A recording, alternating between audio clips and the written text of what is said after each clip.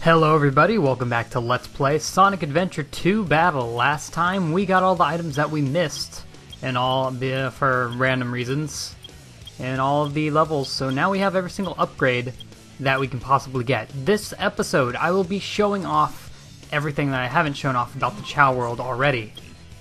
I'm going to go ahead and go in with Knuckles. So, what I did before I recorded this is I actually went to Knuckles' first level, which is a name that I cannot remember off the top of my head, but that level happens to have tons of flying animals, and I have decided what I'm going to do with these two Chows that we already have. The light one's going to become a light flying Chow, and he's also going to drown. The dark one is going to become a dark flying Chow, but beyond that I'm not 100% sure because I honestly like all of the dark flying iterations. So, I'm going to explain a lot about animals in this episode. Animals raise tons of stats, more so than any other thing, like Chaos Drives. Dragons especially, because dragons are actually in a gold kind of section of animals. They all have their own colors. And as you can see, Dragon didn't lower anything there. It raised everything, so it is one of the best animals out there. The skunk will do that as well, I believe. Yeah, it won't lower any of the stats, it'll just raise them all. So, did I already use this? Okay, I did. There's only one dragon. The vultures, or I think, not 100% sure if they're actually vultures, they're the best flying animals that you can get. Because they lower the least amount of stats, which is only run, and they'll raise everything else.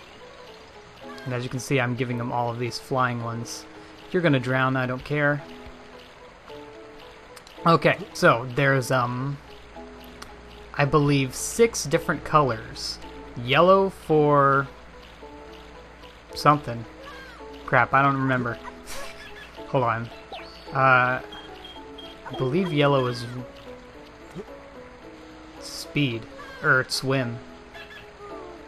Okay, yeah. Yellow for swim, purple for flying animals, red for power animals, green for speed animals. And then there's 3 more colors. There's neutral, which is blue. Yes, neutral is blue, which is skunks, and 2 others that I can't remember off the top of my head.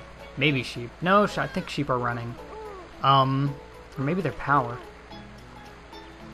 There is black, which is like a spooky kind of thing. Spooky animals, pretty much. And they'll do random effects that are like aesthetic-wise. Like, the skeleton dog will remove other traits from your Chow. The bat makes you fly. And there's something that makes the little ball on top of their head a flame. Like it's just a little ball of flame, and it's the coolest thing ever. And then there's gold, which are basically just the best animals all around, because dragon gives you a ton of power. I believe there's a phoenix that gives you tons of fly. And then there's something else. A unicorn. Unicorn gives you a ton of either run or... probably run. You are punching the Chow. Well, you're punching above it. You're punching its ball. Anyway, I have decided that these Chows are not going to be the ones that I use for all the competitions. This one probably could stand to do a race or two. But, I'm going to use a neutral Chow, which I'm going to raise into a Knight's Chow, which is neutral fly. Which I believe I explained, like, the evolutions earlier. I evolve them when they have the most stats into fly, basically. Or more of, I give them flying animals, and that'll put them towards fly. The flying evolution. You can have this, I don't care. You'll be a fly eventually. But yeah, and then there's a gradual evolution after that, where they gradually evolve into another form after their first one. And this one can go back and forth between many forms. It doesn't really matter. So you can, like, it can be fly at one point and then be fly swim later on. And then they die, and then they reincarnate. I'm actually going to take this guy and show some more things off that I haven't been able to yet. I'm going to go over to the kindergarten. So, I'm going to explain 2 of the ultimate goals that are really in the Chow breeding process. One, well, you know what? I'll go here first before I explain it. Actually, no, the first thing I'm going to do is go to the fortune teller house. This is where you can name your Chow. You won't get your fortune told here, but it's fun to make a nice name for your Chow. I will give your Chow a lucky name. Oh, your Chow is a newborn. I'll give your Chow a good name. The lucky name is... Presto, Chow Fun. Now, there is a way to make your own name. I believe you say no? Yes. Maybe... No. No. Yes, now you can name your Chow yourself. And as you can see, you kind of get free reign over what to put. It can be Japanese, English, whatever you really want. I'm gonna name this guy Boop. In remembrance of the one Chow that we had to throw away that was also named Boop. So this little guy's gonna be named Boop. And I guess I'll take suggestions for the Chow name because, I mean, I don't really care that much. So you can go ahead and put Chow name suggestions in the bottom, and you can specify whether you want it to be the neutral one or the dark one, and I'll just find one that I really like and we'll roll with that. So now this Chow is named Boop. Hello, Boop. You are... in remembrance of the other one. The health center. This one kind of just tells you things about your Chow. So we're gonna have him see the doctor. This is not good. Your Chow is very healthy. Wait, what? He said this is not good. Your Chow is very healthy. So if we look at the medical chart, we'll see its attributes is neutral, its ability type is child. That basically tells you if you got any like evolutions or anything. Now we actually got really lucky here. So if you look at the ability chart, it has like C, B, C, D, D. All of these are random. With your new egg-born Chows. For Chows that are bred, they get random ability random abilities from each parent.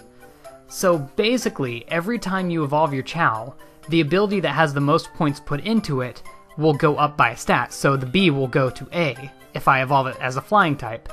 And then there's S above that, and the lowest one is E. We didn't get any E's, so that's not bad. We have 2 D's, but really I couldn't care less. Stamina's really still 0? Jeez.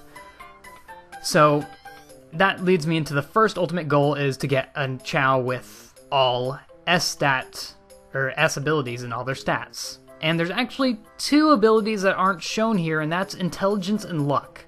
Both of them are brought up by 20% of a level every time you give them an animal. These are not visible stats, but say in a race, sometimes there's a point where a Chow has to make an ability or a choice, and his intelligence will determine whether he makes the right choice, while luck determines luck-based things, like there's a Jack-in-the-Box toy that can explode or give you an OK sign, and if it explodes, it stops your Chow for a little bit.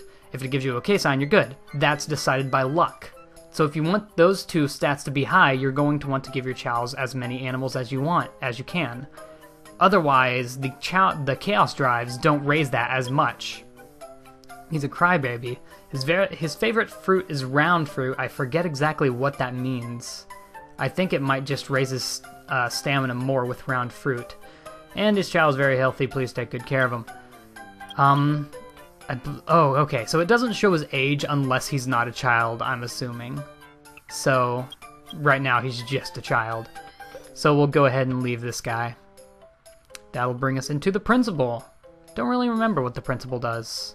I think he just, like, gives you information, I believe. Yeah, he just gives you tips. Nothing that I don't already know for sure. And then you have the classroom. Today's lesson is maracas. So I'm going to go ahead and leave the Chow here so he can learn how to play the maracas. And when I take him out, he can play the maracas. You can leave them in the same class. The music. Okay.